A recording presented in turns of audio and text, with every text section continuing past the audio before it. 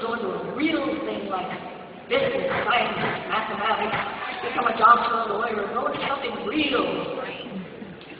Not a chance. So the Business Magazine is here live at Mariah Moore's graduation.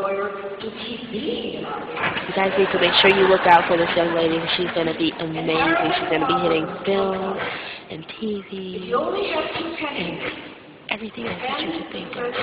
Mariah Moore. And the other on Hyacinth Free Soul. And graduating at the Fox When Theater education in budgets Oakland, reduced to California. pennies, it is so tragically short-sighted to take the penny that The can founder of the educate school soul. is the governor. When the governor The keynote speaker is was then Mayor Brown envisioned the school, he knew the value of that penny. When I look into the faces of these young people, these graduates, I see the light in their eyes. I see the window. I can look into the window of their souls. You tell me that you cannot see it in compound interest as being paid. The artist, college professor Howard Ikemoto tells this story. When my daughter was about 7 years old, she asked me one day what I did at work. I told her that I worked in college, that my job was to teach people to draw. She stared back at me, incredulous. She said, "You mean they forget?" Some of us never forget how to draw, to dance, to sing, to play, to act, to perform. It's encoded in our DNA.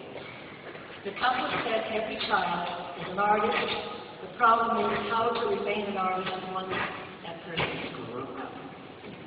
Unhappily, some artists choose to solve this dilemma by simply refusing to grow up. For most of my 80 years, I have been professionally engaged in the arts. Art is my life. My life is art. That's how it is. I left Puerto Rico in the arms of a single mom at the age of 5. The boat that brought us to New York City, because we couldn't afford airplanes in those days, not even the cheap ones, because there were no such thing. And the boat that we took was called the SS Carabobo.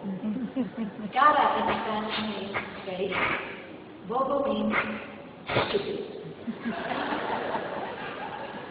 Not a good omen to have your ship named the SS Stupid Face when you come from a brand new country. When we finally arrived at New York Harbor after a stormy 3-day voyage, we finally arrived in New York Harbor, and I remember seeing that tall, green lady holding what looked for all the world to be an ice cream cone. "Mommy," I said, "oh my goodness, el lazy room is country." No way. We settled in the tenement of Washington Heights during my adolescent years. And on those streets, I began my early education where I was bullied.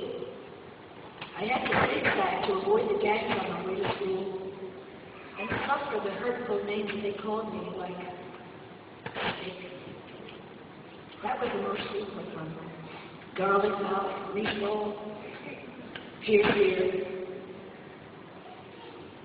And you know, when you're that young and tender, you really believe that maybe there is something wrong with you. How can I survive? I wanted to run away. I wanted to go back to Puerto Rico, back to the sights and smells I knew, that beautiful Technicolor paradise, to the people who were like me. My mom worked very hard to provide for us. She enrolled me in national music classes. There was no such thing as wonderful equity in those days. She would sew in the sweatshop, and at times would enlist me to help make paper flowers for Woolworths for extra money. Looking back, I recognize that even my uneducated immigrant mother knew the value of the arts. She also saw us a way out of the Bolivar for me and her. At the age of 8, I had my first love affair. My Spanish dance teacher Paco Campesino. He was Spanish royalty because he behaved as Paco. You only get to tell the old part because you're the only one who know that name.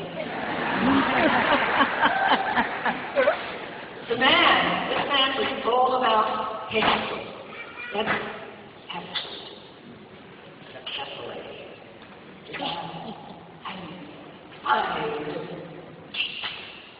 It was all there in the turn of the heel, the idea of his chin, the way he used his hand.